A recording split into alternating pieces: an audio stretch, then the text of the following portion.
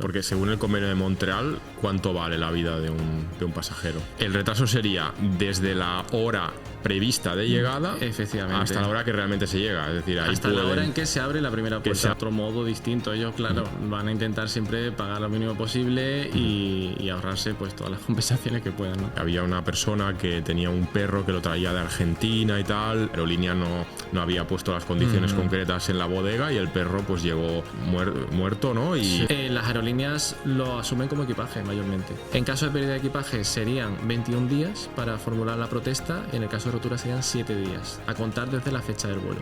La mayoría de seguros de viaje cubren circunstancias que ya de por sí son derechos del propio pasajero, ¿no? Entonces, bueno, son seguros un poco redundantes. Pues muy bonitos.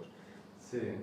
Pues un poco, José Antonio, explícanos cómo surgió esto de especializarte en Derecho Aeronáutico. Quiero contaros algo muy importante, y es que estos números son una locura. La mayoría de las personas que ven el podcast no están suscritas, y esto es muy importante. Cada uno de vosotros que se suscribe al podcast nos ayuda a mí y al equipo a que este proyecto llegue a muchísima más gente y a difundir el conocimiento aeronáutico. Podremos traer más invitados mucho más especiales, a que el proyecto crezca, a que sigamos siendo la comunidad aeronáutica en todos los ámbitos y a que cada semana podamos crecer un poco más. Así que si tienes la oportunidad, nos ayudas muchísimo con un like, con una suscripción, ya que cuantos más seamos, más historias podemos traer a este canal. Gracias por estar aquí y volvemos. Bueno, pues hoy tenemos en nuestro podcast a José Antonio Romero. Él es abogado aeronáutico, experto pues en legislación de reclamaciones de vuelos, derechos de los pasajeros.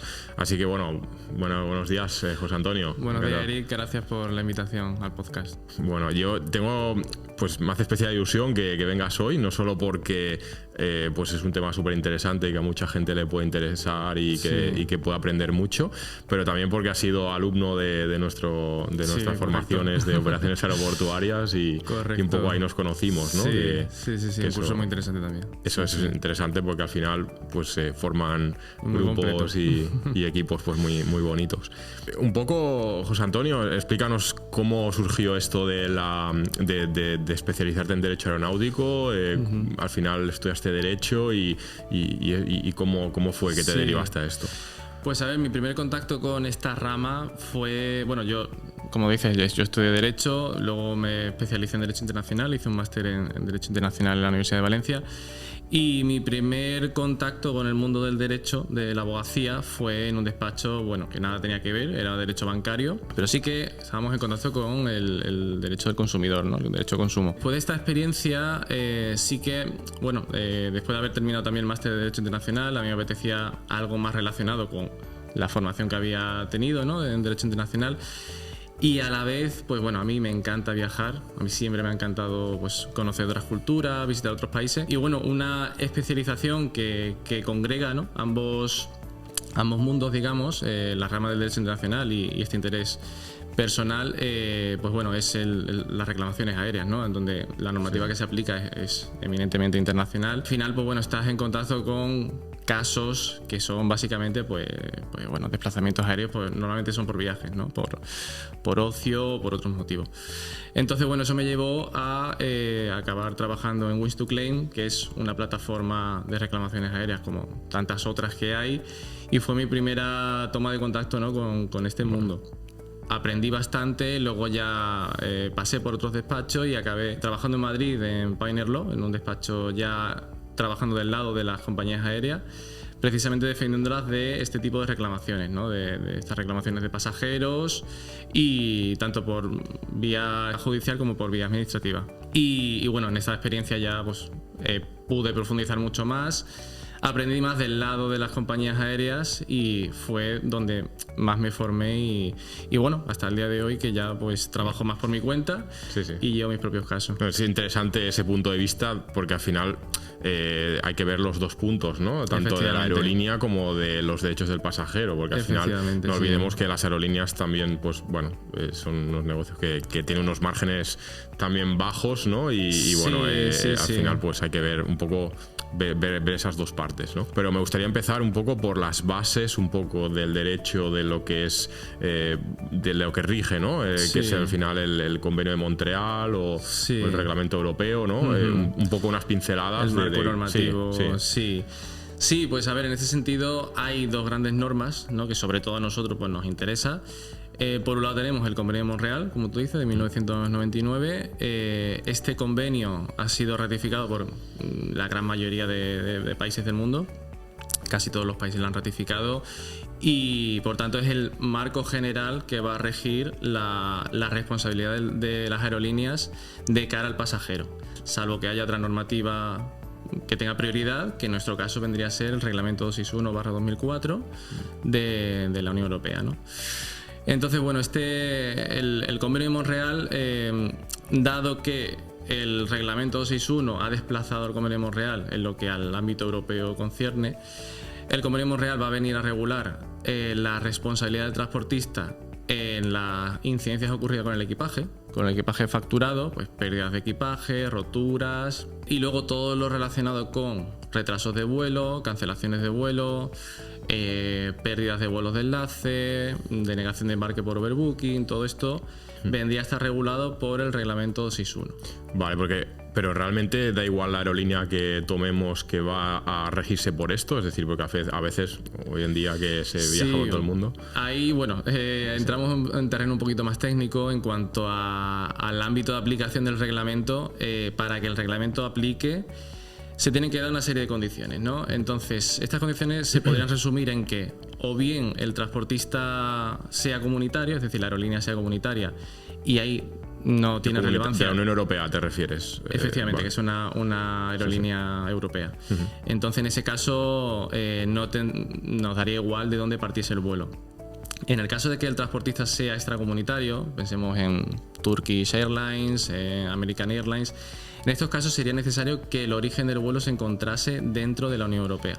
Vale. De lo contrario, en principio no aplicaría el reglamento. Entonces, bueno, se tenía que dar uno de estos dos casos. O sea, ¿no? como para que aplique. Pequeño paréntesis, ¿no? Imaginemos, porque ahora está muy de moda irse al sudeste asiático o incluso a Estados Unidos y volar internamente, ¿no? Sí. ¿Qué pasa si yo estoy en Estados Unidos y vuelas con, no sé, Spirit Airlines o alguna aerolínea de estas interna? ¿Tienes de igual derechos como en Europa o son menos o más o es diferente? En estos casos hablamos cuando no se aplica el reglamento, ¿no? En estos casos acudiríamos al Convenio de Montreal. Vale. El Convenio de Montreal sí que reconoce el derecho del pasajero a ser indemnizado por retrasos de vuelo, cancelaciones y demás. La única diferencia, y una diferencia importante, es que el reglamento sí que recoge compensaciones exactas, que la barema según la distancia del vuelo, que va desde 250 euros hasta 600 euros por pasajero. Y en el caso del Convenio Montreal, pues no recoge esas compensaciones exactas. Entonces, ¿qué ocurre aquí? Pues bueno, que entramos en terreno más inexacto, más ambiguo a la hora de determinar esa indemnización, ¿no? Sí que menciona el Convenio Montreal un máximo, pero el máximo son más de 4.000 derechos especiales de giro, que sean pues más de 4.000 euros.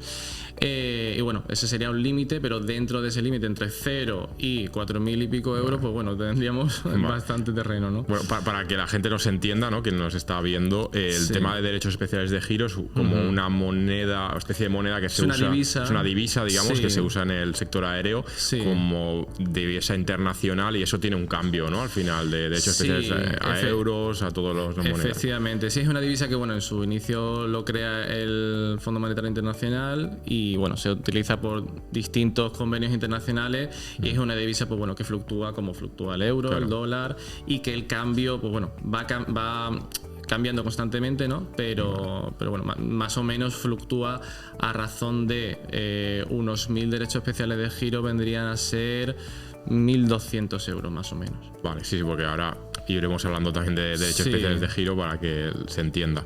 Pues centrándonos un poco en Europa y el reglamento, que es al final la mayoría de vuelos que tomaremos y bueno, y la mayoría pues de los que nos escuchen pues lo verán. Entonces, podemos hacer un poco un resumen de las indemnizaciones por tiempo y por distancia, ¿no? Lo típico de que se te retrasa un avión más de 3 horas? ¿O cómo funciona esto? O sea.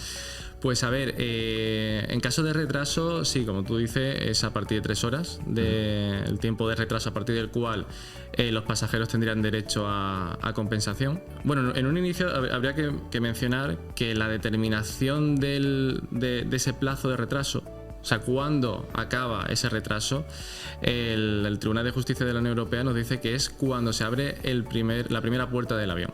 Pues muchas veces, pues bueno, ¿cuándo acaba ese retraso, ¿no? Cuando el avión se considera que ha llegado a su destino. Es decir, el retraso sería desde la hora prevista de llegada hasta la hora que realmente se llega, es decir, ahí hasta la hora en que se abre la primera puerta del avión. Efectivamente, no es cuando se le colocan los calzos al avión, es cuando se abre la primera puerta. O sea que a veces, perdona que te interrumpa, pero a veces se pasa que nos quedamos ahí en el avión esperando porque no vienen los calzos, porque no colocan el finger y hay media hora esperando. Y eso también es retraso. Sigue corriendo el retraso, sí, efectivamente. Entonces, bueno, eso sería importante tenerlo en cuenta. Y luego las compensaciones, pues como hemos comentado, no van desde 250 para vuelos de menos de 1.500 kilómetros, 400 euros para vuelos de entre 1.500 y 3.500 kilómetros y 600 euros por pasajero para vuelos de más de 3.500 kilómetros. Vale. Luego, cancelaciones, overbooking, pues bueno, las compensaciones vendrían a ser las mismas. Esto en cuanto a compensaciones, que luego los pasajeros, pues bueno, tienen derecho también a asistencia, que esta asistencia pues comprende comida y bebida durante el periodo de espera del retraso. Derecho a pernoctación, pues tienen derecho a que se le asigne un hotel en caso de que su nuevo vuelo salga al día siguiente, y derecho de transporte pues para desplazarse del aeropuerto al hotel que se le asigne y todas estas cuestiones.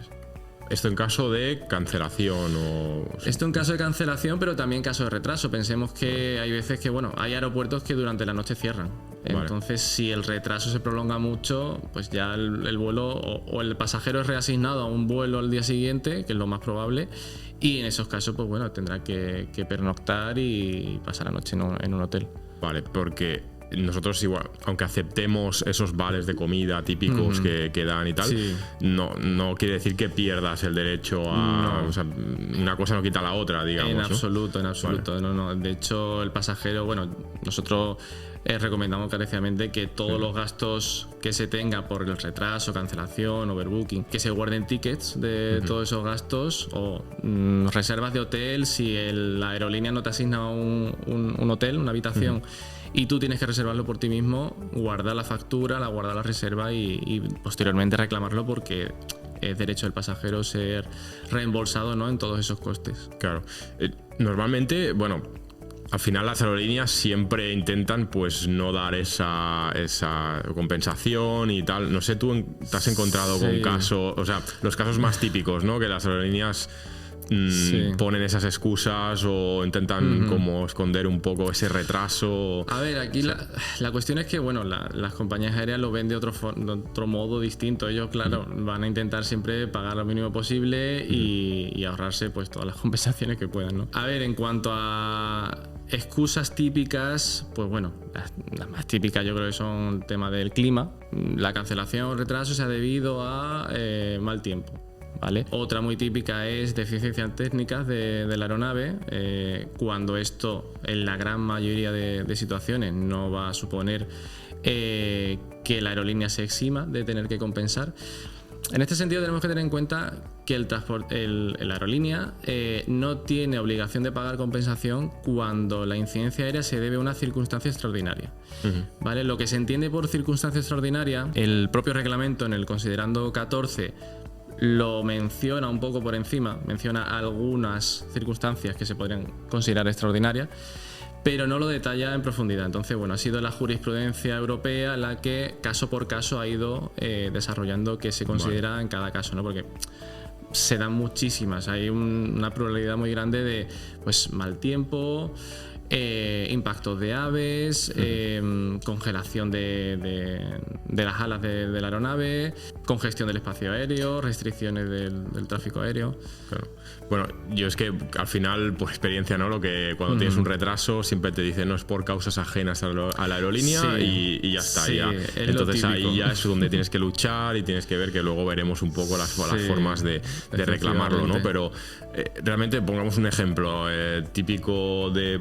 Pues no sé, hay una congestión del espacio aéreo o hay una huelga de controladores aéreos en Francia o algún país entonces, ¿es algo que ellos no pueden evitar en este caso? ¿O hasta dónde está el baremo de...? Sí, pues a ver, en caso de huelga, como tú has mencionado, huelga de controladores aéreos, esa normalmente va a eximir a la aerolínea de tener que compensar, porque efectivamente pues bueno, es una circunstancia que no entra dentro del control de la compañía aérea. Pero tenemos que tener en cuenta el momento en el que se convoca la huelga por los controladores y el momento en el que se vende el ticket de vuelo.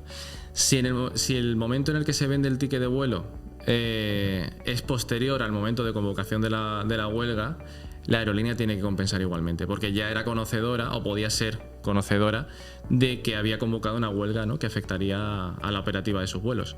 Vale. Entonces, bueno, si nos pusiésemos a hablar sobre cada una de las circunstancias que puede exonerar, ¿no? a las aerolíneas, nos tiraríamos la mañana entera, pero bueno, cada una tiene sus particularidades. Mira, un ejemplo que me pasó a mí, ¿no? Que iba en un vuelo y el avión, bueno, pues no sabíamos qué pasaba, no daban explicaciones, pero algo, bueno, que era un tema técnico, ¿no? Del vuelo. Entonces, realmente, pues nos posicionaron en otro avión y tal, pero a la hora de reclamar decían que eran circunstancias ajenas a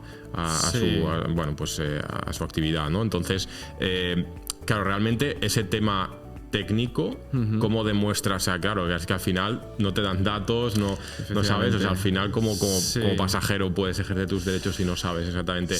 Pues claro, al final técnico no sabes si es que ha sido por fallo suyo de que no lo especifican. Claro, entonces ahí ya... Sí, como tú dices, bueno, el pasajero obviamente siempre es la parte débil, ¿no? En esa relación contractual del pasajero con la compañía aérea. Es cierto que la compañía aérea está obligada a especificar cuál ha sido el motivo de la incidencia aérea. Legalmente está obligada, ¿vale? Conforme al reglamento. Normalmente no lo hacen.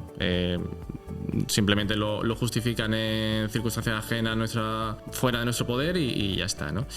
En caso de deficiencias técnicas, casi siempre, por no decir siempre, la aerolínea no va a poder eximirse. El correcto funcionamiento y el mantenimiento de las aeronaves es responsabilidad de la compañía aérea, ¿no? Que es al final quien opera esas aeronaves. Entonces, teniendo en cuenta eso, siempre que haya una deficiencia, la aerolínea va a tener que compensar a los pasajeros. Cuando no, hipotéticamente, no tendría que hacerse cargo, pues pensemos en modelos de aeronave que tenga un defecto de fabricación generalizado. Vale. Y que la aerolínea no lo ha percibido y que se pone de manifiesto en el momento del vuelo, ¿no? Por ejemplo, el 737 MAX, cuando hubo los incidentes y lo pusieron en tierra, pues en ese caso ya quedaría eximido, ¿no? Pero, claro, sí, vale. Pero son circunstancias, bueno, mucho más sonoras, ¿no? Que al final pues, supone la retirada de una aeronave en masa. Vale. Porque otro ejemplo, ¿no?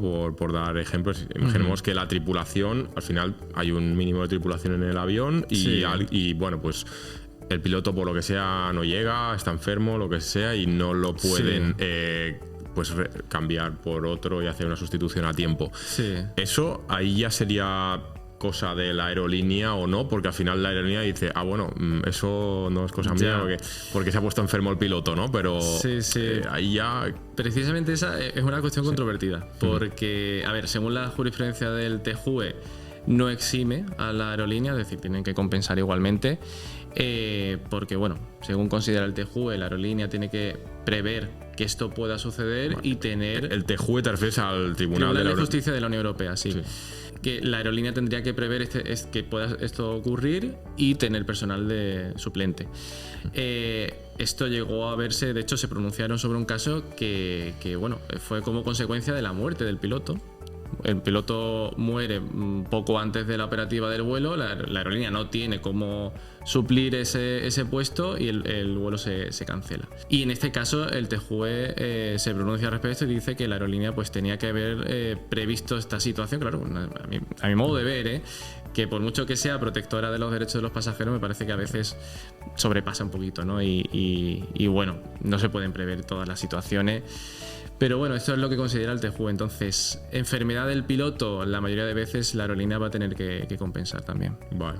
Bueno, esto, hay un montón de temas, o sea que bueno, que para los que nos estén viendo, a lo mejor lo dejáis en comentarios y así vamos viendo un poco lo que ha ido pasando, ¿no? Pero yo quería hablar del tema del overbooking, ¿no? Que es otro de los puntos interesantes. Al final, claro, por hacer el paréntesis de ver el punto de vista de la aerolínea, las aerolíneas, el margen que tienen, sobre todo ahora con el tema de las low cost y tal, pues es un margen que realmente tienen que llenar los aviones por lo menos un 87, entre el 80 y el 90% para realmente tener rentabilidad, ¿no? Entonces, una de las técnicas que hacen es hacer overbooking porque venden billetes que pues sobrevenden ese avión, esos billetes de avión y entonces siempre hay alguien que no se presenta, etcétera, y bueno, lo consiguen cuadrar.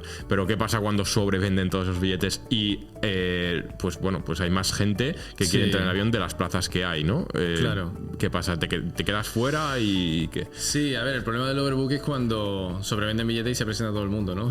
Si siempre falta alguien, pues ahí no ocurre ningún problema. A ver, como tú dices, pues bueno, los márgenes de las compañías aéreas son muy reducidos, los márgenes de beneficio, y la propia supervivencia del sector depende de ello. Pensemos que vuelos que, bueno, cada vez son más raros verlos, pero vuelos de 20, 25 euros, teniendo en cuenta que 15 o 20 euros se van en tasas aeroportuarias, claro, el margen que saca la aerolínea, si le descontamos todo el coste de salarios, el coste del queroseno, ¿no?, de repostaje y demás, pues es muy reducido. Entonces, eso es una práctica que, bueno, por mucho que nos pese, va a seguir existiendo. Pero sí que es importante que tengamos en cuenta que si nosotros lo sufrimos, pues tenemos derecho a una compensación acorde a la distancia del vuelo, como hemos comentado, derecho a asistencia, comida, bebida, transporte y hospedaje, y derecho a que nos reubiquen en un nuevo vuelo. Si no nos reubicas en un nuevo vuelo o ese vuelo que nos ofrecen sustitutivo no nos interesase porque, bueno, la finalidad de nuestro vuelo pues ya no pudiese cumplirse, ¿no?, porque ese nuevo vuelo no nos vendría bien, podríamos pedir también el reembolso del coste del vuelo que habíamos contratado. Pero, bueno, imaginemos, no sé, un ejemplo, ¿no?, que tenemos un vuelo de Barcelona y nos vamos a Italia para desde allí zarpar con un crucero. Entonces, claro, lo que nos están dando es una cantidad X, ¿no?, por la distancia y tal, pero una compensación, pero que al final eso no supliría, pues a lo mejor el crucero cuesta varios miles de euros y te quedas sin crucero, tal, por una cosa que tú no has podido decidir porque es un overbooking de la aerolínea, ¿no? Entonces, en ese caso, ¿qué pasa? ¿Podríamos llegar a reclamar ese crucero? Sí, pues efectivamente sí. Sí, todos aquellos daños, todos estos perjuicios, ¿no? Pues pérdida de crucero, como tú comentas, una actividad, una pérdida de noche de hotel, todos estos perjuicios económicos como consecuencia de un overbooking, un retraso, una cancelación, se podría también reclamar a la compañía aérea. Sí. Serían responsables directos de que hayamos perdido, ¿no?, esa actividad. Pues es importante saberlo, pero hay también temas que luego trataremos, ¿no?, que es la cuestión, una cosa es la cuestión económica y otra cosa es la cuestión sentimental, ¿no? Imaginemos que no llegamos a una cena de Navidad, tal, entonces eso ya bueno, y justamente en Navidad es cuando más vuelos hay, más gente quiere volar, ¿no?, que nos puede pasar. Sí, a ver, hay circunstancias que exceden un poquito de lo que viene a reparar la compensación. Pensemos que las compensaciones que hemos comentado antes son mínimos, ¿vale? Son cuantías mínimas que el legislador europeo fija para retrasos y cancelaciones, pero son mínimos que se pueden sobrepasar cuando las circunstancias de los hechos, pues bueno, justifican que el daño sufrido sea superior, ¿no?, a lo que cubriría esas compensaciones. Pensemos, por ejemplo, pues bueno, un vuelo para asistir a la graduación de tu hijo, o bueno, circunstancias que son un poquito más gravosas, ¿no? Entonces, en estos casos, además de la compensación, se podría exigir también una indemnización complementaria por daños morales. Vale, daños morales se puede también añadir ahí. Pero hay un máximo de todo esto, creo que eran 1.500 euros o máximo, a ver, el convenio de Monreal, lo hemos comentado un poquito antes, sí que fija en 4.000 y algo derechos especiales de giro, las indemnizaciones, el límite de responsabilidad, ¿no?, indemnizatorio, para estos casos. Entonces, en principio, siempre que no se rebasase esa cuantía por pasajero. ¿Eso sería más o menos? Pues sería unos 4.400 euros más o menos. 4.400, vale. Claro, por pasajero. Por casos, lo que te digo, de por ejemplo pérdida de un crucero o cosas así que dices, o sea, lo tienes ahí, ¿no? Siempre que no hablemos de temas ya de lesiones físicas por una incidencia aérea que haya supuesto, pues eso, ¿no? Eso ya sería otro tema. Las indemnizaciones son más altas y ya va aparte, ¿no? Pero bueno, lo que hablamos de daños morales sería eso, sí. Se me acaba de ocurrir una cosa que luego hablaremos del tema de seguros aéreos y tal, pero una cosa no quita la otra. Es decir, si el seguro nos cubre una parte de lo que sea que perdemos o perdemos la maleta, eso no quiere decir que la aerolínea no esté obligada a compensarnos. O sea, ¿son dos cosas que podemos tener por las dos partes? ¿O? Sí, son dos cosas complementarias. Es decir, hasta donde no llega el seguro puede llegar la responsabilidad de la compañía aérea o viceversa. Si la compañía aérea, supongamos, no sé, nos han cancelado un vuelo y nos deniega la compensación, pero sí que nos da asistencia de comida, bebida, noche de hotel y demás, en esos casos, pues bueno, si tenemos un seguro, podemos reclamar la compensación al seguro y si nos paga el seguro, pues ya está, ¿no? Entonces, bueno, pueden ser complementarios uno del otro. Bueno, hay un caso que ahora cada vez se lleva más, ¿no? Que son los vuelos que no están conexionados, ¿no? Porque al final sí que es verdad que si nos vamos, no sé, a Tailandia con Emirates o con directamente hacemos una escala en Dubái, y si esa escala, pues por lo que sea, se retrasa, se hacen cargo de ti, o al final es como un vuelo completo de punto a punto, pero con esa escala que lleva la aerolínea. Pero claro, ahora cada vez más, incluso en buscadores de vuelo y tal, está el tema de que, y eso puede reducir el precio del vuelo, que nos vayamos con una low cost a un punto X en medio y luego ahí la escala la hagamos nosotros, incluso que cambiemos incluso de aeropuerto y tal. ¿Hasta qué punto ahí estás protegido? Porque, claro, la aerolínea te dirá, a mí me da igual lo que tú hagas después y el vuelo que tengas, porque eso ya tú has comprado un vuelo y ya está, ¿no? Imaginemos que se retrasa el vuelo y pierdes esa conexión.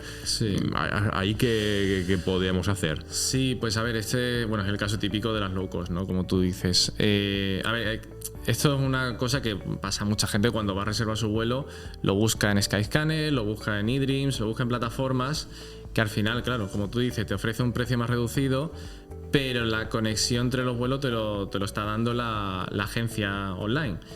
Pero no son vuelos conexionados. Entonces, si se retrasa uno y pierdes el otro, en principio la aerolínea que operaba el primer vuelo se responsabiliza de su vuelo únicamente. Aún así, en estos casos, pensemos en un Wizz Air, en un Ryanair, EasyJet. Si el retraso del primer vuelo provoca la pérdida del segundo, sí que es cierto que la determinación de la compensación según la distancia va a ser la del primer vuelo únicamente, no va a sumar el segundo vuelo, como sí que ocurriría si estuviesen conexionados, pero la pérdida de ese segundo vuelo es, como comentábamos antes, un daño directamente consecuencia del retraso del primero. Por tanto, si nosotros tuviésemos que reservar un nuevo vuelo, ese coste de ese nuevo vuelo se tendría que hacer cargo la aerolínea que operó el primer vuelo. Vale. Pensemos, por ejemplo, igual con un ejemplo es más ilustrativo, Málaga-Estambul, y luego Estambul-Bangkok. Si no estuviesen conexionados y se retrasa el primero de los vuelos y perdemos el segundo, la compensación sería 400 euros, es decir, la distancia entre Málaga y Estambul, pero de la pérdida del segundo vuelo se tendría que hacer cargo la aerolínea que operó el Málaga-Estambul, reembolsándonos el coste de un nuevo vuelo Estambul-Bangkok. O sea, nos reembolsaría el nuevo vuelo que compremos. O nos diría, oye, yo te pago el que. O si no compramos ninguno, ¿no? Y desistimos, pues tendrían que hacerse cargo del coste del vuelo que hemos perdido. Vale. Uno de los dos. Sí, todo esto es importante saberlo. Sí, normalmente al pasajero le va a convenir reclamar por el que más caro sea. Aunque luego todo el tema de hacer esta gestión de reclamación ya no es tan fácil. O sea, las aerolíneas te van a decir, bueno, esto ya no. Sí, especialmente en estos casos. Y sobre todo low cost, ¿no? Sí, suelen no hacerse cargo, al menos de forma voluntaria. Hasta que llegamos a vía judicial y ahí ya sí que no le queda más remedio, ¿no? Pero sí que toca pelearlo en vía judicial. Hemos hablado de esto del retraso de vuelos, cancelaciones y demás, pero hay un tema también importante que es el tema de las maletas, ¿no? El equipaje, que esto siempre, pues en muchas ocasiones se pierde, llegan rotas, etcétera. Sí. ¿Ahí qué indemnizaciones podemos tener? Es decir, ¿qué baremos? Sí. También pues está baremado por la Unión Europea, ¿no? Y Montreal, ¿no? Ahí en ese caso vendría por el convenio de Montreal. No encontramos unas compensaciones exactas, como encontramos en el caso del reglamento para retrasos, cancelaciones y demás de vuelo, pero sí que encontramos un tope. En el caso de pérdidas de equipaje, ahora mismo el límite de indemnización son 1.519 derechos especiales de giro. Es una cuantía que va actualizándose cada 5 años, ¿vale? Por razón del incremento de precios y demás. Se va actualizando, ahora mismo está en eso, 1.519 derechos especiales de giro, que vendría a ser aproximadamente unos 1.800 euros, ¿vale? Y bueno, sería el máximo. Este máximo comprendería tanto daños morales como daños materiales. ¿Qué quiere decir cada cosa? Daños morales sería pues, el perjuicio, ¿no? El sufrimiento, ¿no? De llegar a tu destino. Imaginemos, te vas de vacaciones, llegas a tu destino y no aparece tu equipaje. Y te encuentras que llevas lo puesto y no sabes cuándo lo vas a recuperar. Claro, eso lógicamente pues te supone un sufrimiento, te fastidia las vacaciones y bueno, eso es un daño que se puede reclamar, ¿no? Eso sería el daño moral. Y luego por otro lado tendríamos el daño material, que sería todas las compras que necesitemos hacer. Pues pensemos que si por lo menos para los primeros días necesitamos comprar pues, ropa interior, camisetas, pantalones, todas esas compras, importante guardar tickets también para luego poder reclamarlo, serían esos daños materiales que se sumaría a los daños morales y que se podría reclamar con el límite máximo, como decimos, de los 1.800 euros. Vale, o sea, hay un máximo de 1.800 euros.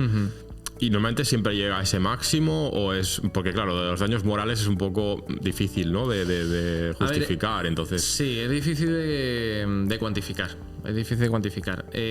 Lo que se puede hacer es poner una cuantía exacta por día de retraso.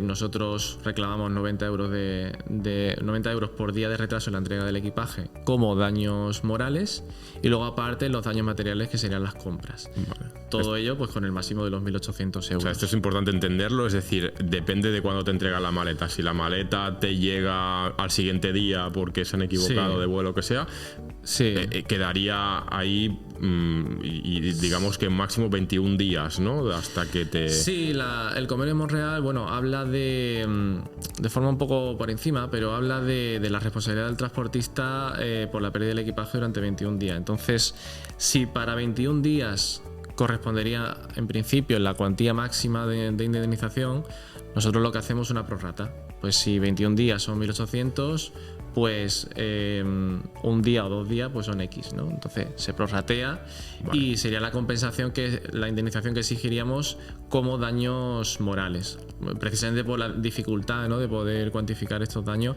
pese a que existe, ¿no? Pese a que el pasajero lo sufre. Esto me has dicho que es por persona. Sí, efectivamente. Y incluso el caso es si una persona lleva 2 maletas. Sí. Sigue siendo ese máximo de 1.800, no es, da igual las maletas que lleves, es eso. Con independencia de los bultos, no es una indemnización por cada uno de las maletas, sino por pasajero. Por ejemplo, hacemos una maleta entre 2 personas y es una maleta grande que meten ahí pues un poco el equipaje de 2 personas. En ese caso, ¿qué pasaría? ¿Es el doble de la indemnización? Sí, efectivamente. Aunque sea una maleta. Sí, es un caso bastante típico, ¿no? Una pareja que factura una maleta grande y lleva las pertenencias de los dos. Sí, en esos casos correspondería esa indemnización por cada pasajero, en el que se trate de una sola maleta. Para poder acreditar que esa maleta contenía las pertenencias, ¿no? de ambos pasajeros, pues bueno, el Tribunal de Justicia de la Unión Europea considera que hay indicios como que la reserva se hubiese hecho conjuntamente, que ambos pasajeros volasen en asientos contiguos. Hay varios elementos, ¿no?, que nos ayudaría a poder acreditar eso de cara a la vía judicial, de cara a presentar una demanda y poder, pues efectivamente, conseguir una indemnización por cada pasajero. Vale, o sea que al final cada pasajero va distinto. Corresponde su indemnización, sí. Vale. Yo te quería preguntar un poco de los diferentes... bueno, puedes llevar diferentes bultos, ¿no? O diferentes equipajes que pueden tener un valor también sentimental o más allá de lo que es el valor material, ¿no? Imaginemos pues eso, un vestido de boda o algún equipaje que tengamos ahí.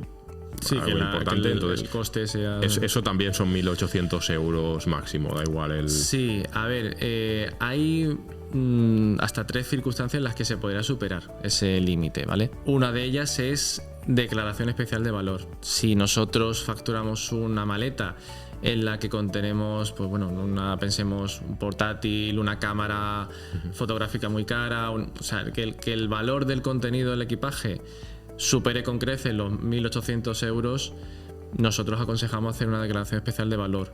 ¿Por qué? Porque si ese equipaje se pierde o se daña su contenido, la aerolínea se va a responsabilizar directamente del valor del contenido del equipaje, con independencia de que sea superior o inferior a esos 1.800 euros. Y esa declaración especial de valor, como que es un porcentaje de lo que vale, tienes que guardar los tickets de... Sí, es una declaración que haríamos en el momento de facturación de la maleta, lo podemos pedir en el mostrador de la compañía aérea. Vale. Tiene un coste. Ese coste ya depende de cada aerolínea, lo van fijando. Normalmente es un porcentaje de la cantidad que tú estás asegurando, ¿vale? Que tú estás declarando de ese contenido. Y bueno, si la aerolínea lo acepta, pues en caso de pérdida o de rotura, pues se responsabilizaría de ese precio, ¿no? Lo que pasa es que lo tendrá que aceptar. Entiendo que claro, tendrás que demostrar que eso tiene un valor, ¿no? Que si no, dices, bueno... Sí, hay... Y bueno, y luego también cada aerolínea pues exige unas pruebas, ¿no?, de ese valor. Claro. Normalmente facturas de compra. Pero sí, hay determinados contenidos que la aerolínea se niega a asegurarlo. Luego, aparte también, bueno, comentábamos, hay otras dos circunstancias en las que se podría superar ese límite, que sería el caso de dolo de la aerolínea, es decir, que la aerolínea intencionalmente pierda el equipaje. Pues bueno, es una circunstancia que, para empezar, sería muy, muy extraño que la aerolínea lo hiciese intencionadamente y luego sería muy difícil de demostrar, ¿no? Eso no se suele dar en la práctica. Pero un tercer caso sí que sería el del equipaje que nosotros a priori no vamos a facturar. Nosotros nos presentamos en la puerta de embarque con nuestro equipaje y por razones logísticas, porque la aeronave va completa en los cubículos, ¿no?, superiores, nos piden que lo facturemos. En esos casos, como no hemos tenido oportunidad de hacer una declaración especial de valor, la jurisprudencia considera que en caso de pérdida se podría superar esa indemnización, ese límite indemnizatorio de los 1.800 euros. Vale, o sea, si en puerta de embarque, por lo que sea, nos la facturan, ahí ya, pues si pierdes el material que lleves, no puede ser que lleves sujeto al cámaras, límite, ordenadores, etcétera, pues no estaría sujeto. Vale. Eso es. Porque has hablado del tema de dolo y que es muy difícil de demostrar. Han salido, bueno, siempre salen vídeos y tal, ¿no? Pero que a veces se ven vídeos de pues cargando la maleta y tirándola o cosas así que incluso lo graban, ¿no? Pasajeros o pisando una... Eso, si realmente lo detectan así, se podría llegar a decir que... A priori, eso que tú comentas sí que podría ser un caso de dolo, ¿no? Pasa que ya nos movemos en temas un poquito más técnicos, jurídicos, si es dolo, si es negligencia, pero en todo caso la dificultad sería demostrar que esa grabación que hayan grabado a ese trabajador de la compañía aérea, que esa maleta en cuestión fuese la nuestra. Es decir, se tienen que dar una serie de circunstancias, ¿no?, que nos permita relacionar eso que se ha grabado con la pérdida de nuestro equipaje. En la práctica no se suele dar, pero bueno, como tal podría suceder, Sí, se podría. Si tuviésemos una grabación que demostrase el dolo de la compañía aérea en la pérdida del equipaje, pues sí que. Vale. Yo estoy pensando, claro, ya no solo en equipaje, sino que muchas veces hay personas que llevan a pues, sus mascotas y tal, y dependiendo del peso y tal, pues no las puedes llevar en cabina y las tines que meter en bodega, ¿no? Yo recuerdo un caso que es que, bueno, se ve que había una persona que tenía un perro que lo traía de Argentina y tal, tenía que llevarlo en bodega.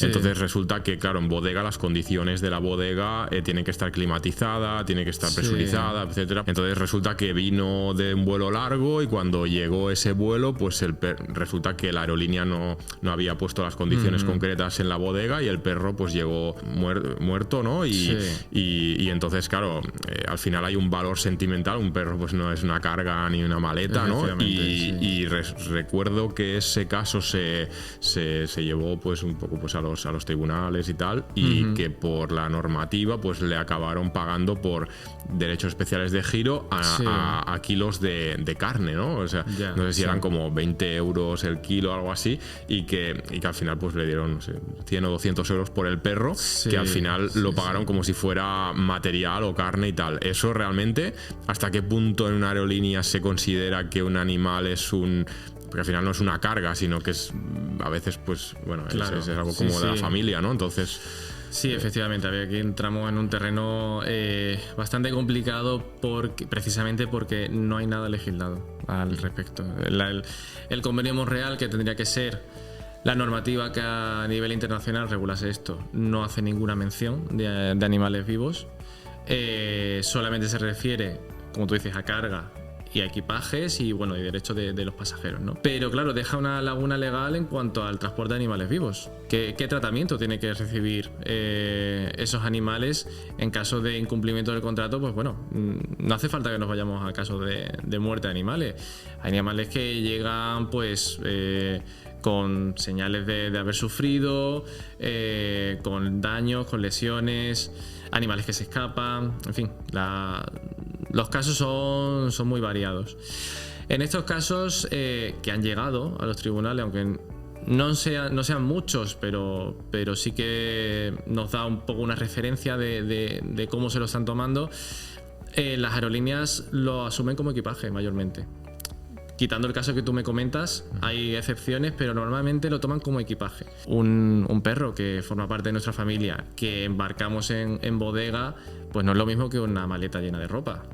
Hasta ahí podemos llegar, ¿no? Y el límite de responsabilidad del transportista no debería ser el mismo. Pero ante la falta de regulación, pues bueno, las compañías aéreas se respaldan en el máximo, que son 1.800 euros ahora, pues esto es lo máximo que te doy.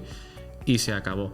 Ahora mismo hay un caso que llegó, bueno, se presentó la demanda en los juzgados de lo mercantil de Madrid y bueno, se pedía la indemnización de 5.000 euros. La aerolínea se oponía reconociendo únicamente el máximo, que en ese momento eran unos 1.400 euros. ¿Y qué pasó en ese caso? En ese caso pues no está resuelto aún, porque la jueza consideró que, bueno, que efectivamente es una cuestión compleja y remitió la cuestión al Tribunal de Justicia de la Unión Europea para pronunciarse sobre si los animales vivos que se transportan en bodega deberían de tener la misma consideración del equipaje o no. Ahora mismo estamos a la espera de sentencia por parte del TJUE y es una sentencia que tendría bastante repercusión, porque si el TJUE considerase que no tiene el tratamiento de equipaje, supondría que la responsabilidad del transportista no estaría limitada. Vale. Y al no estar limitada se le podría reclamar pues la cantidad que la persona que ha sufrido esa incidencia considere que repararía ese daño, ¿no? que ha sufrido. Pero bueno, es un ámbito muy complejo que carece de regulación. Nosotros colaboramos con una asociación que es Fly Together, que precisamente vela un poco por los derechos de los animales en el transporte aéreo, y intentamos un poco poner de manifiesto esto, ¿no? La falta de regulación que hay. Vale, claro. Yo, como tema personal también, yo inicié pues mi trayectoria profesional también en temas de handling y temas de seguridad operacional, ¿no? Y una de las cosas que me llama la atención es eso, cuando llevan, porque no es algo, es algo bastante habitual llevar perros en el bodega, ¿no? Y una cosa que me llamaba la atención y me da mucha pena, ¿no? Es que, claro, aquí en España y en algunos países, pues la regulación a nivel de los perros, los cachorros, tal, está muy regulado y tal.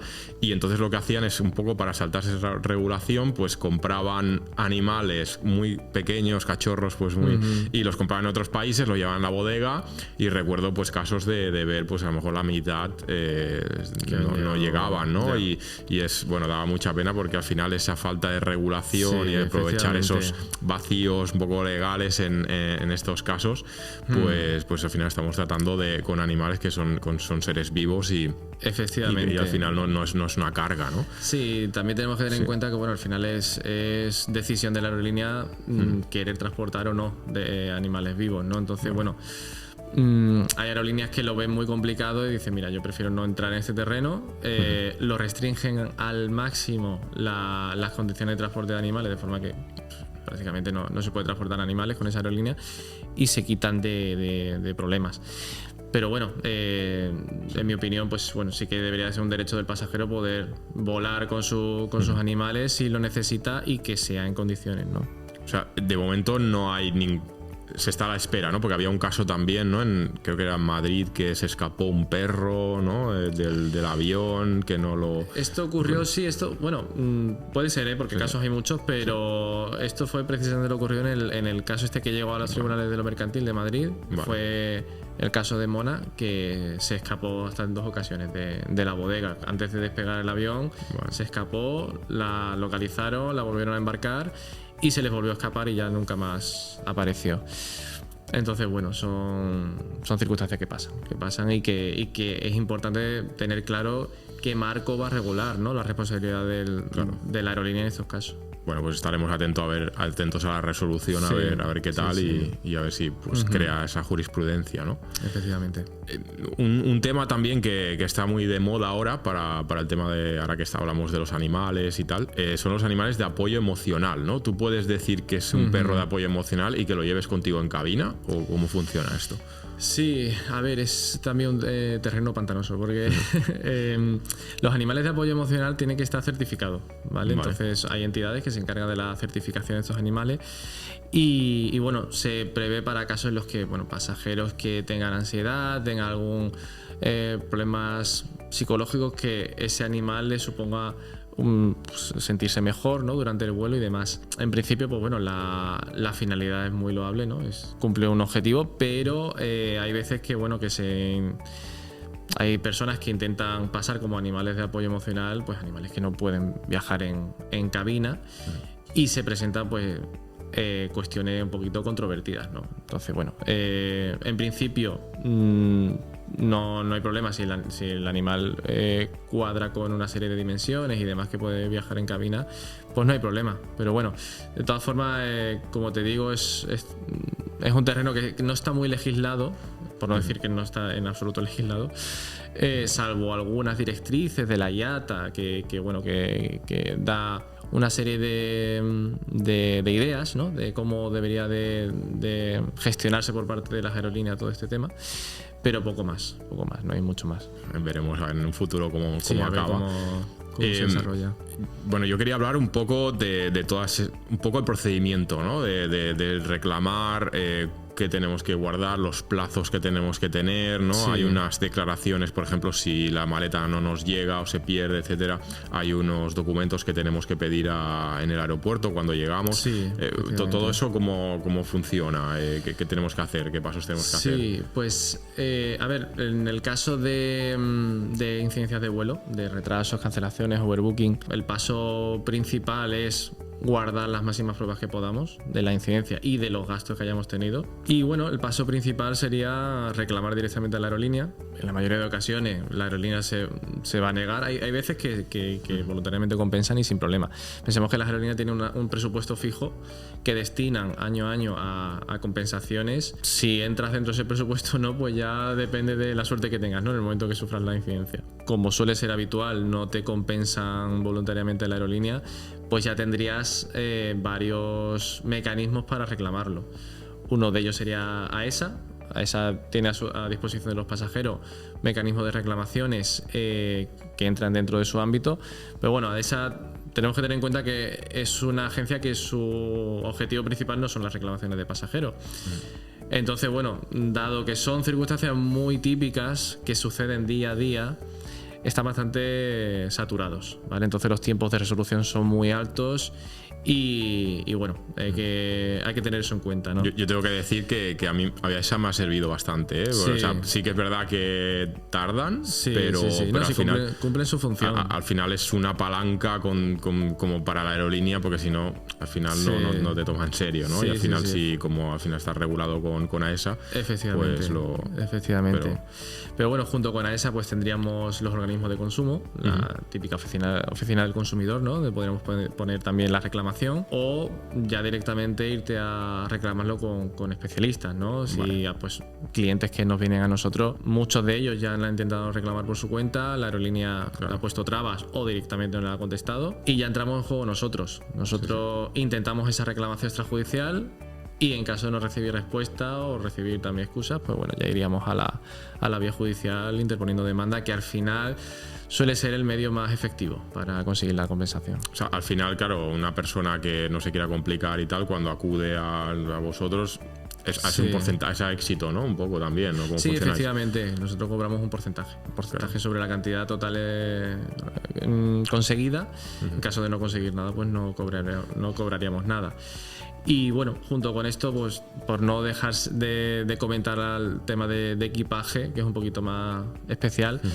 En caso de pérdida de equipaje o de rotura, lo principal sería poner la reclamación en el mostrador de la aerolínea, en el propio aeropuerto in situ, y la aerolínea te debe de entregar normalmente es una cartulina chiquitita donde recoge los datos del equipaje. Tú haces una descripción del equipaje, marca y demás, tu nombre, el vuelo en el que volabas y te asigna una referencia PIR, ¿vale? El PIR, que es el parte de incidencia de equipaje, es un código que se compone de los tres primeros dígitos son letras que representan la IATA del aeropuerto, luego dos letras que sería la IATA de la aerolínea, y luego una serie numérica que sería entre 4 y 5 números, ¿vale? Este PIR es lo que luego nos va a permitir hacer la trazabilidad del equipaje. Normalmente las aerolíneas tienen a disposición de los pasajeros la posibilidad de buscar su equipaje cuando se ha puesto el PIR, introduciendo ese PIR, ¿no? Y la fecha, y nos permite buscar dónde se encuentra. Pero además el PIR cumple también una función fundamental para poder reclamar una indemnización, y es demostrar que se ha formulado protesta, ¿vale? El Convenio de Montreal recoge la necesidad del pasajero de formular protesta por la rotura o la pérdida de equipaje.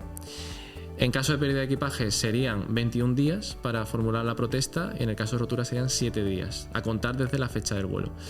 En caso de que no formulásemos esta protesta, que se reflejaría en el PIR, lo tendríamos mucho más complicado, porque se consideraría que el equipaje llegó en correctas condiciones. Vale. Entonces es muy importante formular ese PIR.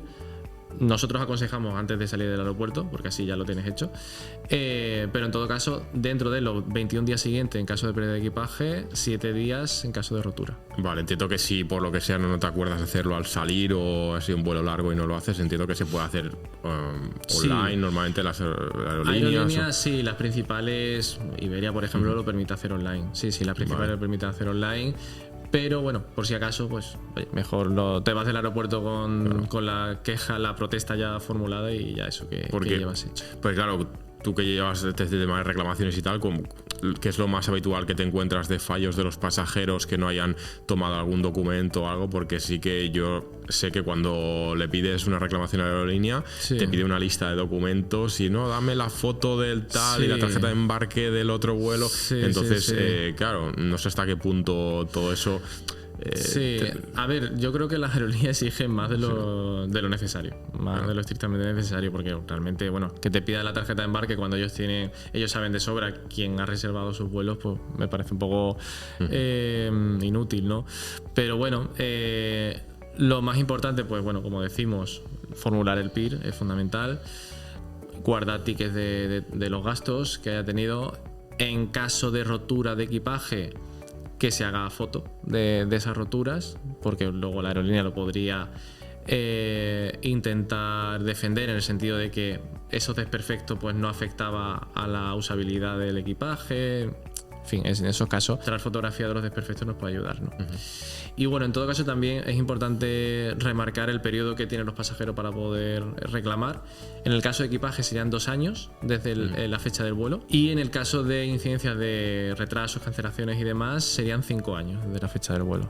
5 años. 5 años. Bueno. Además en el caso de los vuelos son periodos que se pueden suspender, es decir, si tú haces una reclamación extrajudicial a la compañía aérea, se reiniciaría de nuevo ese plazo para poder reclamar. Vale.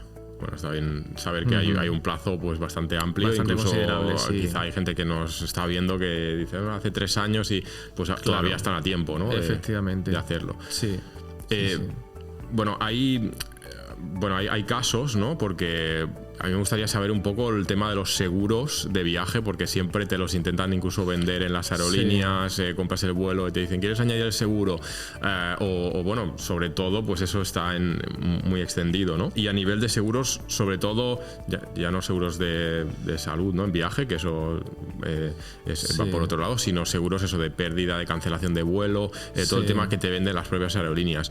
Claro, lo que no entiendo es, claro, si las aerolíneas tienen estas obligaciones y los pasajeros tienen estos derechos de que si se pierde el vuelo te tienen que indemnizar si hay cualquier problema, ese seguro realmente que cubre, ¿no? O sea, sí, pues a ver, el tema de seguros vimos sobre todo su auge, yo creo, en 2020, ¿no? Con la cuestión de la pandemia, que eran seguros que cubrían el reembolso. Ellos te aseguraban que en caso de que no pudieses volar por motivos médicos, te aseguraban el reembolso del vuelo cuando ya de por sí era un derecho del pasajero, ¿no? Entonces, bueno, aquí vemos que hay muchos seguros, la mayoría de seguros de viaje cubren circunstancias que ya de por sí son derechos del propio pasajero, ¿no? Entonces, bueno, son seguros un poco redundantes. Sí que es cierto que, bueno, igual a veces facilita la reclamación, porque puede ser más sencillo reclamar seguro que reclamar a la aerolínea, que seguramente te ponga más trabas, pero en todo caso tampoco estás exento de que el seguro te lo pueda denegar, y al final te estás asegurando lo que ya de por sí es tu derecho, ¿no? Entonces, bueno, nosotros, tema de seguros de viaje, pues somos bastante escépticos, no los recomendamos, salvo que sea un seguro que te permita cambiar voluntariamente la fecha de tu vuelo sin tener que justificarlo, ¿no? En todo caso, pues bueno, podrían tener cierto sentido. Pero bueno, como comentamos, la mayoría de seguros cubren ya circunstancias que ya están garantizadas, ¿no? Es que una de las circunstancias que a veces ves, ¿no? Si te convoca una mesa electoral, a ver, estos puntos ya están, ¿no? Recogidos. Claro, efectivamente, sí, circunstancias de fuerza mayor, como son pues enfermedad del pasajero, enfermedad de familiar cercano del pasajero, obligaciones legales, como tú comentas, el deber de asistir como miembro de una mesa electoral, ¿no? Pues puede pasarle a cualquiera, ¿no? Que tenga su vuelo ya reservado y le coincida la fecha con las elecciones.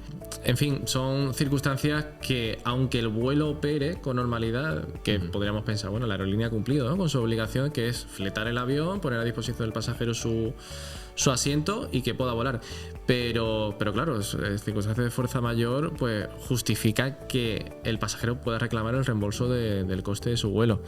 Entonces son circunstancias que de por sí se puede reclamar, se tenga seguro o no. Claro, ¿y qué pasaría, por ejemplo, si bueno, estamos hablando de pérdidas de vuelos, ¿no? Pero si tú no vas al vuelo y no has ido al aeropuerto, pero el vuelo tiene un problema y no sale, tú tienes derecho a que que te hagan el reembolso o te indemnicen si realmente no ibas a coger ese vuelo, pero al final resulta que se ha visto demorado o tal. Realmente, ¿hasta qué punto tienes ese derecho? En los casos de retrasos, sí que es cierto que la jurisprudencia europea exige que el pasajero se haya personado con antelación al embarque del vuelo. Yo personalmente discrepo con eso porque, bueno, nosotros estamos en casa, nos faltan, no sé, 4 horas para el vuelo, vamos ya a salir y nos informan que han retrasado el vuelo 5 horas, por ejemplo. Y nosotros pues teníamos una cita importante en nuestro destino y que ya al haberse retrasado 5 horas pues ya no tiene sentido nuestro desplazamiento. Pues hombre, yo considero que el daño, el perjuicio lo ha sufrido el pasajero, ¿no? Y aunque no se persone en el aeropuerto, debería de poder reclamar esa compensación. Justicia Europea considera que para reclamar compensación en casos de retraso, el pasajero se tiene que personar en el embarque. Cuestión distinta es la cancelación. En esos casos no se exige. En esos casos, vamos, sería un requisito bastante inútil, ¿no? El tener que personarse cuando ya te la han cancelado, ¿no? Pero bueno, yo creo que lo mismo se aplica a los casos de retraso, pero bueno, el Tribunal de Justicia de la Unión Europea lo considera así. Claro. Bueno, ya ahora que hablabas del tema de, bueno, dejar un poco perder el vuelo, ¿no? En el caso que por ejemplo, hay un retraso, lo dejas perder. Hay otros casos que por lo que sea, pues ese vuelo ya no nos conviene y un cambio de vuelo, pues es caro y tal. En esos casos, ¿se puede pedir que nos reembolsen el dinero pagado de las tasas de aeroportuarias, entiendo, ¿no? Porque al final esto es un derecho que tenemos. Sí, efectivamente. Sí, bueno. Se podría reclamar el reembolso de las tasas pagadas por el pasajero. Si tú no embarcas en el vuelo, se podría reclamar, y además con independencia del motivo que te haya impedido, ¿no? Asistir. Claro. O sea, tú directamente, aunque sin importar el motivo, no vuelas y puedes directamente reclamarlo las tasas. Y normalmente son cuantías bajas. Sí, pero bueno. Pero sí, como un avión que quizá te cuesta 100 euros, 50 euros, pues al final son 20 y algo que te pueden dar por esas tasas que a veces pues dejamos el vuelo perder y es algo que podemos reclamar, ¿no? Sí. Vale. Claro, y luego está el tema de las denegaciones de embarque, ¿no? Y ahí entra el tema del tiempo que te dan desde... Imagina, pues bueno, que si son más de 14 días y te cancelan el vuelo, pues no tienen responsabilidad, ¿no? Y quizá tú pues ya tienes todo montado y te dicen, no, este vuelo ya, por lo que sea, ya no nos interesa, ya no lo hacemos. Claro. Te recolocamos en otro, ¿no? Ahí ya, ¿qué podemos hacer en esos casos? Sí, pues mira, ahí tendríamos que comentar primero que, bueno, las cancelaciones, cuando la aerolínea avisa de la cancelación con más de 14 días de antelación, en principio no corresponde compensación, ¿vale? Sí que tienes derecho a que te reubiquen en otro vuelo o a pedir el reembolso de tu vuelo, pero no a pedir compensación. Cuestión distinta es que nosotros reservemos un vuelo y, pues no sé, supongamos un mes antes de nuestro vuelo, recibamos un email de la aerolínea diciéndonos tu reserva de vuelo ha cambiado y tu nuevo vuelo parte el día X, que sea un día más tarde. En estos casos no se produce una cancelación, sino que se produce lo que sucedería sería una denegación de embarque si nosotros nos personásemos a embarcar en el vuelo originalmente contratado. Nos dirían que nosotros ya no formamos parte de esa reserva y tenemos que embarcar en el nuevo, ¿no?, que se nos ha asignado. En estos casos, en tanto que no es una cancelación, no es asimilable a una cancelación, no opera el preaviso de los 14 días para que la aerolínea se pueda eximir de tener que compensar, y sí que sería derecho del pasajero poder reclamar una compensación en estos casos.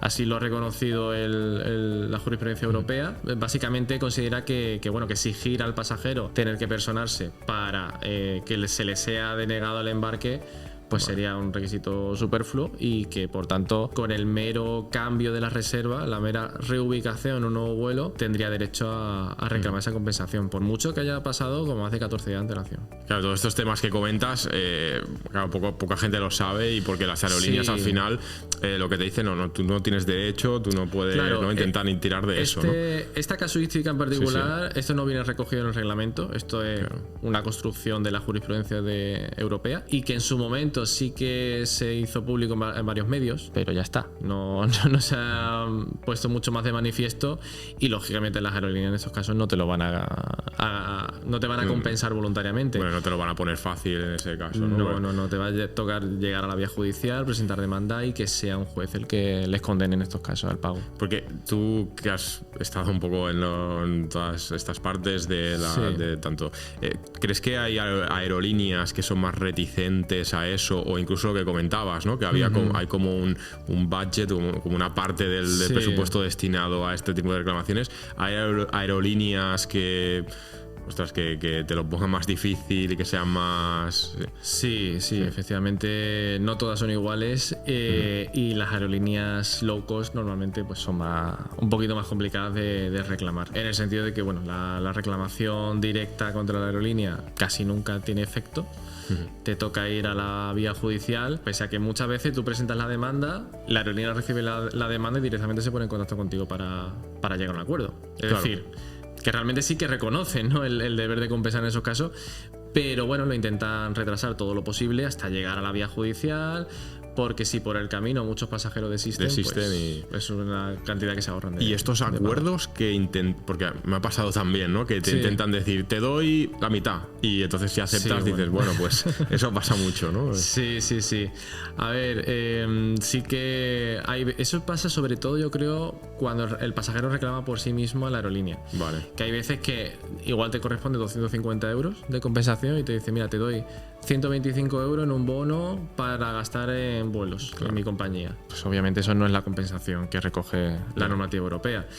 Entonces, bajo mi punto de vista, aunque el pasajero aceptase ese bono, le seguiría correspondiendo la compensación y podría llegar a la vía judicial, presentar demanda y que la cobrase por la vía judicial, en vista de que, bueno, que la aerolínea pues no está por la labor, ¿no?, de compensar voluntariamente. Vale, porque a veces como que, bueno, tú aceptas ese bono y ya tú lo has aceptado y ya está, ya no te haces responsable. Hay muchas personas que, claro, dicen, bueno, si no lo tengo que pelear más y me dan esto, pues con esto me quedo y ya está, ¿no? Pero bueno, es importante que tengamos en cuenta que aceptar este tipo de compensaciones que no se corresponde con la que recoge la normativa europea luego no va a ser problema para poder reclamar la compensación, y que bueno, que no desistan y que reclamen lo que por derecho les corresponde, ¿no? Otro tema que siempre suscita mucho interés es el tema del equipaje en cabina, ¿no? Porque cada vez más lo están restringiendo más, que pues por 1 milímetro ya no te dejan y tienes que pagar cantidades pues que a veces te vale más lo que la propia maleta, y muchas veces pagas más por el transporte de la maleta, ¿no?, que por el vuelo. Entonces, claro, en esos casos, ¿hasta qué punto pueden exigirte que eso lo pagues y bueno? ¿Hasta qué punto pueden exigírtelo? Pues hasta el que ellos quieran. O sea, si tú vas a embarcar, pensemos en Ryanair, que es el más típico, el más conocido, ¿no? Y si tú vas a embarcar y te exigen que porque tu maleta sobrepasa las dimensiones que ellos consideran que puedes embarcar gratis y tienes que pagar el priority, vas a tener que pagarlo si no te quieres quedar en tierra. Una vez que lo pagas, es importante conservar la factura, ¿no?, que te entregarán del pago, y después reclamarlo. ¿Cuál es la fundamentación de esto? Es una cuestión que no es pacífica, es decir, hay conflicto entre dos normas. Por un lado tenemos la Ley de Navegación Aérea, una ley española de los años 60, que recoge que dentro del precio del ticket de embarque tiene que estar incluido el equipaje de mano, ¿vale?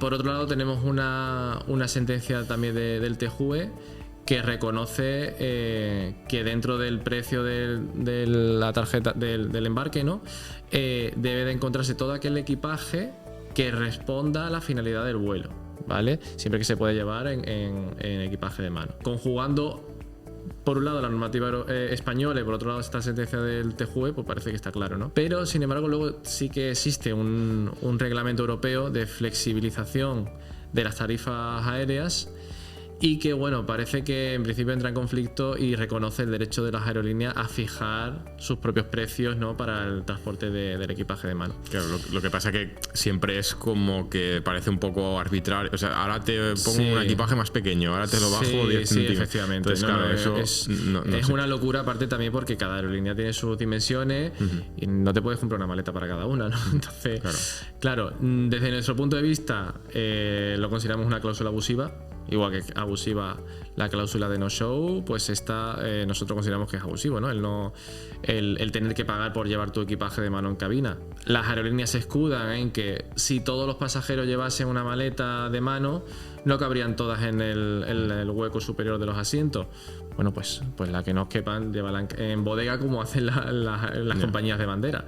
Es decir, que problema realmente no existe. Pero bueno, en todo caso es otra forma de remunerar el transporte de los pasajeros, de sacar beneficio y de ofrecer un servicio fragmentado, ¿no?, por fascículos, ¿no? Entonces, pues bueno, está sobre la mesa resolver esa cuestión. Yo creo que tendría que ser la Unión Europea quien dictase una norma que regulase, pues, qué equipaje se debe de considerar como equipaje de mano y no se puede cobrar y cuál no. Pero hasta en tanto que eso no exista, pues tenemos esta inseguridad, ¿no? Porque claro, ellos pueden cobrar lo que quieran, porque claro, te pueden llegar hasta 100 euros la maleta, o sea, de decir, bueno, pues ahora te cobro tanto. Efectivamente, y muchas veces pues igual nos sale más a cuenta facturar la maleta que la facturación de la maleta. Realmente sí que hay un servicio que estamos pagando de la aerolínea, ¿no? Que, bueno, ellos, el uso de las cintas transportadoras, el embarque, el personal de handling y todo ese servicio, pues, oye, tiene un precio. Ahora, yo llevar el equipaje de mano, que yo lo voy a subir al cubículo de arriba, pues tampoco. Yo he llegado a ver hasta gente que cogía la ropa de la maleta, se la ponía en capas como una cebolla y cuando entraba se lo... Claro, cuando es cuestión de peso, sí. Sí, también, pero es eso. Te pones todo lo posible y... Es que ese es otro tema, ¿no? El tema del peso. O sea, al final te pueden intentar limitar también por el peso. O sea, se habla de las dimensiones, ellos pueden... Normalmente, bueno, el peso es a la hora de facturarlo. A la hora de facturarlo, que sí que te lo pesan. Normalmente, por lo menos en Europa... en Asia sí que lo he visto más, pero en Europa normalmente pesos no hay a la hora de embarcar, sino que son dimensiones. Y bueno, vemos vídeos como que pues pasajeros que tienen que romper las ruedas del equipaje para que quepa las dimensiones y luego ya sí le dejan embarcar. Igual le sale más barato comprar una maleta nueva que pagar lo que le está pidiendo la aerolínea, ¿no? Sí. Entonces, bueno, son situaciones un poco surrealistas, ¿no? Lo que se da. No sé si se lleva también está tipificado, ¿no? El tema de si hay incidentes graves, ¿no? Imaginemos que el avión tiene un accidente y bueno, pues hay heridos o incluso fallecidos, ¿no? En estos casos también las aerolíneas tienen un máximo, es decir, está como tipificado cuánto vale la vida de una persona, cuánto vale, pues no sé, una serie de lesiones. Una serie de lesiones y tal, ¿no? O sea, eso realmente pues tiene un precio. Sí, efectivamente. Ahí entra en juego también el Convenio de Montreal. El Convenio de Montreal recoge, aplicando topes indemnizatorios de derechos especiales de giro, las cuantías que vendrían a cubrir, pues eso, pues hasta desde la vida de una persona, un fallecimiento, hasta lesiones que sufre un pasajero a bordo, ¿no? Lo que ocurre es que, bueno, luego estos temas un poquito más graves, ¿no? Lógicamente, sí que viene a ser regulado por cada uno de los países. Entonces, normalmente el Convenio de Montreal se ve desplazado y se aplicaría la legislación nacional, ¿no?, del país, pues ya sea. Que también, bueno, esta es otra cuestión más jurídica de si se aplica la normativa del país de nacionalidad del pasajero, del origen del vuelo, del destino del vuelo, del país de bandera de la aeronave. En fin, ahí se suscita también una polémica jurídica, pero bueno, sí que está recogido, ¿no?, por las normativas. Porque según el Convenio de Montreal, ¿cuánto vale la vida de un pasajero? Pues a ver, si no recuerdo mal, por suerte no he tenido que aplicar esto, pero son 100.000 derechos especiales de giro en 1999, es decir, se ha ido actualizando. Vale. A día de hoy no sé cuánto, exactamente no sé cuánto vendría a ser, porque ya te digo, se ha ido actualizando, entonces yo estimo que estaría cerca de los 200.000 derechos especiales de giro. A mi modo de ver, una cuantía muy reducida, pero que bueno, que como digo, pues viene a complementarse por las normativas nacionales, ¿no?, de cada país. Claro, ahora que hablabas también de derechos especiales de giro, al final, y son legislaciones que tienen muchos años, sí. Entonces al final eso también se compensa con el IPC, o sea, al final, claro, sobre todo cuando hablamos de esto de compensaciones de retrasos, etcétera, hablamos de los 250 euros, de los 600 euros, pero claro, no es lo mismo 250 euros hace 10 años que ahora, ¿no? Y sigue siendo esa cantidad. Sí. Ahí, ¿por qué no se va aumentando? ¿Por qué no se regula a nivel de...? Pues, a ver, igual que el Convenio de Montreal sí que recoge esa cláusula, ¿no?, de actualización de indemnizaciones cada 5 años, yo considero que el reglamento 261 también lo debería de recoger. Pero bueno, es una cuestión que en el momento de cuando se hicieron los primeros borradores del reglamento, sí que se recogía la posibilidad de actualizar las compensaciones, pero bueno, finalmente quedó fuera del texto definitivo.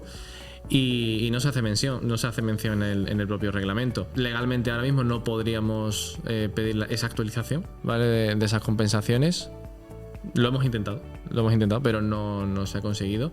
Ahora mismo está sobre la mesa la modificación del reglamento. Por desgracia, la modificación que se propone es a la baja de los derechos de los pasajeros. A la baja en cuanto a elevación de las horas a partir de las cuales corresponde compensación en caso de retraso. A la baja en cuanto a cantidades indemnizatorias.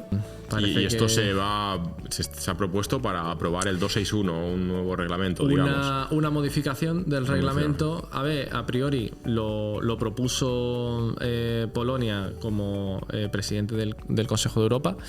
En el Consejo de Ministros se aprobó por la mínima, pasó a debate parlamentario, y sí que es cierto que los grupos europarlamentarios han propuesto enmiendas al texto respetando más la versión original del reglamento.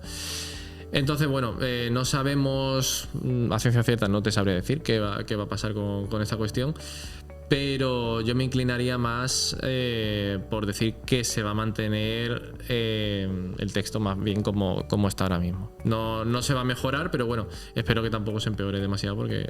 Claro, si lo suyo sería que fuera una mejora, ¿no? Porque claro, al final efectivamente, sí, porque como tú dices, pues bueno, 600 euros en 2005, cuando entró en vigor el reglamento, no son 600 euros en 2025, ¿no? Tenemos que ajustar a la inflación, pues bueno, igual es casi la mitad. Y si además ahora proponen bajarlo, pues ya... Claro, pues es ya... que no. Pero bueno. Efectivamente. Yo quería hacerte unas preguntas así estilo rápido, ¿no? Estilo ping-pong, unas preguntas rápidas, para que nos dieras tu opinión sobre algunos temas, ¿no? Vale. Entonces, ¿qué es la excusa más surrealista que has oído de una aerolínea? Pues mira, en vía judicial sí que nos hemos encontrado demandas que han defendido diciendo que se había avisado al pasajero con más de 14 días de antelación, y el email que acompañaba, ¿no?, con la contestación, pues no tenía nada que ver con el email del pasajero. No sabíamos de quién era ese email ni a quién se lo habían enviado, pero el pasajero no lo había recibido, ¿no? Entonces, bueno, yo diría que entra dentro de las más surrealistas, ¿no?, que nos podemos encontrar. Vale. ¿Y el caso más caro indemnizado o que se haya más sacado? Caro indemnizado normalmente es por agrupación de varios pasajeros de un mismo vuelo, ¿no? Porque eso, lógicamente, bueno, multiplica la compensación, pero que yo haya visto sin haberlo llevado yo personalmente, sí que recuerdo un caso de un pasajero que, bueno, la azafata le tiró encima un té hirviendo, y por las lesiones personales se indemnizó, creo que en 24.000 euros, porque era un vuelo de luna de miel. El pasajero se tuvo que pasar la luna de miel, pues, con tratamiento médico y demás, y llegó hasta ese punto la indemnización. Interesante, sí. ¿Te has encontrado alguna vez un objeto que hayan reclamado de alguna maleta, algún objeto valioso, algún objeto? Bueno, sí, desde drones muy caros, hasta incluso piezas de oro. Sí, eso sí que lo hemos visto nosotros, de pasajeros que precisamente lo que comentábamos, de que en el momento del embarque el pasajero no ha querido facturar ese equipaje por miedo a que se pierda. Te presentas en el embarque y te obligan a facturarlo, porque no te dicen que no cabe, o lo facturas o no embarcas. Vale. Entonces, claro, te ves obligado, y si ahí llevas piezas caras, pues claro. En ese caso, si te han obligado, sí que tendrías derecho a reclamarlo. Sí que se podría, en principio, reclamar el contenido efectivo de la maleta. No tendría que verse limitado, ¿no?, por los 1.800 euros. ¿Qué es peor, perder un vuelo o perder una maleta? Pues yo creo que depende, ¿no? Depende para qué sea el vuelo y depende de lo que lleves en la maleta. En general, yo creo que es peor perder un equipaje. Perder un vuelo, o sea, que te cancele o te retrasen un vuelo, al final, bueno, en principio te van a reasignar en otro vuelo. Pero perder un equipaje, para empezar, no sabes cuándo lo vas a recuperar. Y dependiendo de lo que llevases y a dónde te fueses, pues el fastidio puede ser importante. ¿Quién reclama más? ¿Los pasajeros turistas, tipo en vuelos low cost, o un viajero de negocios que ha pagado un dinero por un vuelo al final? Por volumen, turistas. La mayoría, ¿no? Sí. Se nota que la mayoría de vuelos son por motivos de vacacionales o de ocio, y sí, mayormente son turistas. Bueno, si pudieras hacer una reforma en la ley, ¿qué harías? Una reforma, pues mira, para empezar, reformar el Convenio de Montreal y recoger la responsabilidad de las aerolíneas por daños producidos a animales en bodega o en cabina, ¿no? Creo que sería una reforma bastante importante y que es urgente que se tenga en cuenta, sobre todo teniendo en cuenta que cada vez son más los animales que viajan en avión. ¿Y hay algún caso que te haya hecho especial ilusión haber ganado? Bueno, varios. O sea, ha habido casos que dábamos por perdido porque, bueno, la defensa de la aerolínea era buena, pero bueno, aún así nosotros pues habíamos hecho todo lo posible y finalmente pues el juez no nos da la razón. No te podría citar uno en concreto porque son varios, pero sí, principalmente en esos casos, ¿no? Que la verdad es que te hace ilusión y te llena de orgullo que el juez se apoye, ¿no?, en tu versión. Claro. Bueno, pues ya por último teníamos algunas preguntas de los alumnos y de los participantes, digamos, en nuestra escuela, que teníamos algunas preguntas para ti. Entonces nos preguntaban si me pierden el equipaje con los apuntes de la universidad, el portátil, bueno, todo lo que con mucho valor, digamos, para poder estudiar y la carrera de la universidad, ¿no? ¿Cómo lo demuestro y cuánto me pagarían? Pues bueno, retrotrayéndonos a lo que hemos comentado antes, salvo que se hubiese hecho declaración especial de valor, el máximo serían los 1.800 euros. 1.800 euros, y ahí ya con independencia del contenido del equipaje. Otra pregunta es que ¿qué pasa si mi maleta llega tarde y tiene medicación esencial y como consecuencia de no tenerla, pues se complica su condición médica? Pues eso ha pasado, y nosotros nos ha llegado clientes con ese tipo de circunstancias, y lo que te permite es reclamar una indemnización mayor porque el daño moral es mayor. Pensemos que hay medicamentos que, pues supongamos, no sé, un pasajero que vuela desde Estados Unidos y que el medicamento que se comercializa en Estados Unidos, que se llevaba en la maleta, no se comercializa como tal en Europa. Claro, el perjuicio puede ser importante. Entonces ahí la indemnización por daños morales pues es más elevada. Te pregunto, ¿las aerolíneas suelen pagar voluntariamente o hay que estar detrás? Definitivamente no. Normalmente es necesario llegar a la vía judicial. Vale, y luego también decían si un pasajero puede reclamar por estrés y ansiedad una vez que pierde el equipaje, ¿no? Esto no sé si está ligado con lo que comentabas de los daños morales, ¿no? Pero... Sí, está ligado. Sí, a ver, hay circunstancias en las que, pues pensemos, un vuelo de escala, te cancelan el segundo vuelo, ¿no?, el segundo tramo, y tienes que pasar 2 días en esa ciudad de escala. El equipaje no te lo van a dar porque el equipaje va facturado y lo embarcan directamente de un vuelo a otro. Entonces, claro, verte 2 días sin tus pertenencias en una ciudad que no tenías previsto pasar, pues sí, son daños morales que se puede reclamar. ¿Y cuánto tiempo máximo puede tardar una aerolínea en indemnizarte cuando pasa algo? Ahí depende si se consiguiese un acuerdo en vía extrajudicial, un periodo de entre 1 y 2 meses lo podríamos tener.